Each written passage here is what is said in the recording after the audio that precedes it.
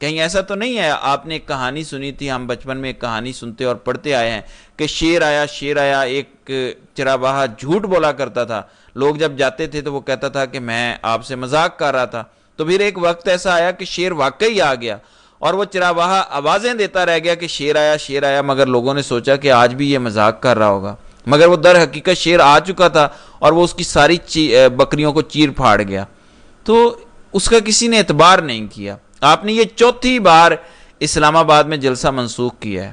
ٹھیک ہے, اس کی جو بھی وجوہات ہیں میں اس سے اتفاق کرتا ہوں کہ جب تصادم کا یا لڑائی کا جھگڑے کا خطرہ ہو تو آپ اس سے پیچھے ہٹ جاتے ہیں, اور خان نے خود بھی بہت بار اس طرح کیا, ایون وہ اسلام آباد میں لانگ مارچ بھی لے کر آئے مگر انہوں نے منسوخ کر دیا. لیکن کہیں ایسا نہ ہو کہ آپ جلسے کی کالز دیتے رہ جائیں اور پھر جلسے کی باری آئے اور کوئی جلسے والی بات پر آپ کا اعتبار کرنے والا نہ ہو کہ آپ جلسہ کریں گے یا نہیں کریں گے. لوگ سمجھتے رہیں کہ آپ محض مذاق کرتے ہیں اور عین موقع پر راہ فرار اختیار کرتے ہیں. پھر ایک اور آج امپورٹنٹ ڈیولپمنٹ سپریم کورٹ میں ہوئی ہے. سپریم کورٹ میں آج ایک تو مبارک ثانی کیس نظر ثانی اپیل آج عدالت میں چل رہی ہے. سب سے پہلے بات یہ ہوئی کہ اس میں فضل الرحمان عدالت کے اندر پہنچے تو قاضی فائزہ کے سیکرٹری جن کا نام ڈاکٹر مشتاق ہے, وہ پارکنگ کے اندر عدالت کے دروازے سے باہر, ایون جہاں سے آپ واک تھرو گیٹ سے گزرتے ہیں, صحافی بھی گزرتے ہیں, وہاں سے ان کو ریسیو کرنے کے لیے گئے. انہوں نے استقبال کیا. سوال یہ پیدا ہوتا ہے کہ آپ چیف جسٹس امرتا بندیال کے دور میں تو کہا کرتے تھے کہ گڈ ٹو سی یو کہنا غلط بات ہے اور ان کو تنقید کا نشانہ بنایا کرتے تھے. سوال صرف یہ ہے کہ چیف جسٹس کا سیکرٹری کس حیثیت میں ایک سیاسی پارٹی کے سربراہ کو ریسیو کرنے گیا. اب سوال یہ پیدا ہوتا ہے کہ کیا یہ ریسیو سب کو کرنے جاتے ہیں؟ ایک تو سیاسی جماعت کے سربراہ کو آپ بولنے بھی عدالت میں نہیں دیتے, آپ ان کو گلے سے جس طرح کہتے ہیں نا پکڑ لینا, وہ پکڑا کرتے ہیں.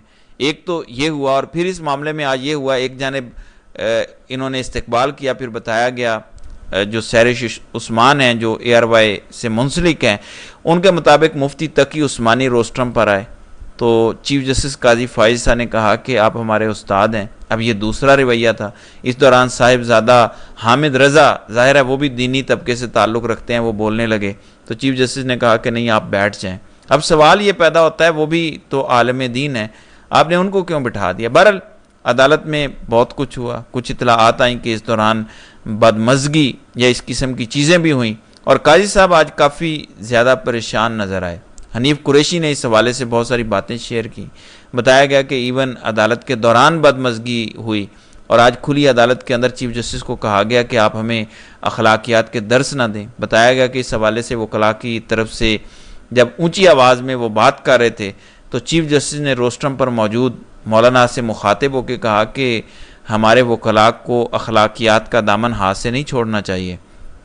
اس دوران ایڈوکیٹ ریاض حنیف راہی اپنی نشست پر کھڑے ہو کر بولے اور کہا کہ قاضی صاحب آپ ہمیں اخلاقیات کا درس نہ دیں. اس کے بعد جب کمرہ عدالت کے اندر دیگر مولویوں نے احتجاج کیا تو چیف جسٹس نے کہا کہ خاموش ہو جائیں, مولانا آپ ان کو سمجھائیں. تو فضل الرحمان نے کہا کہ آپ کی عدالت ہے, یہاں آپ کا حکم چلتا ہے, آپ سمجھائیں. اس دوران یہ بھی معاملہ پیش آیا کہ جب مفتی حنیف قریشی روسٹرم پر آئے تو چیف جسٹس نے کہا کہ بیٹھ جائیں. تو پھر مفتی صاحب نے جو خیر باتیں کیں اور جس طرح کی گفتگو ہمارے علماء مائنورٹیز کے حوالے سے یا ایسی جماعتوں کے حوالے سے کرتے ہیں وہ کیں, اس کے بعد صورتحال مخدوش ہو گئی کیونکہ ان کو ہٹانا مشکل ہو گیا. ایون کوئی ان کو ہٹا نہیں پا رہا تھا, عملہ ایک دوسرے کا منہ دیکھ رہا تھا کیونکہ ڈر خوف بھی تھا.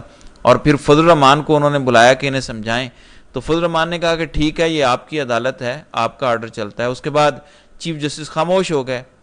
ناظرین اکرام, میں مذہبی طور پر کسی بھی شخصیت پر بات نہیں کروں گا. میں یہ نہیں کہوں گا کہ قاضی صاحب کے خلاف کوئی مذہبی کارڈ استعمال کیا جائے.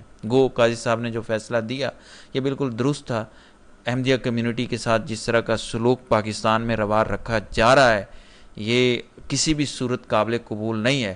لیکن قاضی صاحب نے خود جس طریقے سے پاکستان کے لوگوں کے ساتھ اور مختلف سیاسی جماعتوں کے ساتھ رویہ اپنایا, ان کو اب پتہ چل گیا ہوگا کہ ہر بندہ صاحب عزت ہوتا ہے.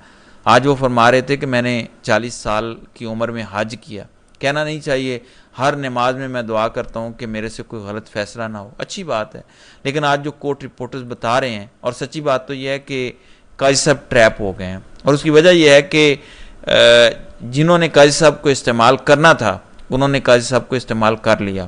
میں پہلے بھی ایک ویلاگ میں اس حوالے سے کلیئر بتا چکا ہوں کہ طاقتور حلقوں اور حکومت کو اب پتہ چل چکا ہے کہ قاضی صاحب سپریم کورٹ میں اپنی میجورٹی کھو بیٹھے ہیں، اب ان کی یہ ضرورت نہیں رہی، وہ ایک ٹیشو پیپر کی طرح استعمال ہو گئے ہیں۔ مبارک ثانی کیس کے نام پر اب قاضی صاحب کے ساتھ جو سلوک کیا جا رہا ہے وہ ان کے گزشتہ فیصلوں کی روشنی میں ہے۔ اب وہ تاریخ کے جس کردار کے طور پر یاد رکھے جائیں گے وہ کوئی اچھا کردار نہیں ہوگا، کوئی اچھے الفاظ ان کے بارے میں استعمال نہیں ہوں گے۔ کل کو آپ گو ہزار گواہیاں دیتے رہیں، وضاحتیں کرتے رہیں، جب آپ کے پاس اختیار تھا آپ نے ہر چیز کو رون ڈالا، اب آپ بے اختیار ہو جائیں گے، اور ابھی اختیار کے ہوتے ہوئے جب آپ اپنے اختیار کا دفاع نہیں کر پا رہے، جب آپ بے اختیار ہو جائیں گے تو تب آپ کے ساتھ کیا ہوگا۔ تو ناظرین کرام، آپ کی اس ویڈیو کے حوالے سے کیا رائے ہے؟ آپ اپنی رائے کا اظہار کامنٹ سیکشن میں ضرور کیجیے گا۔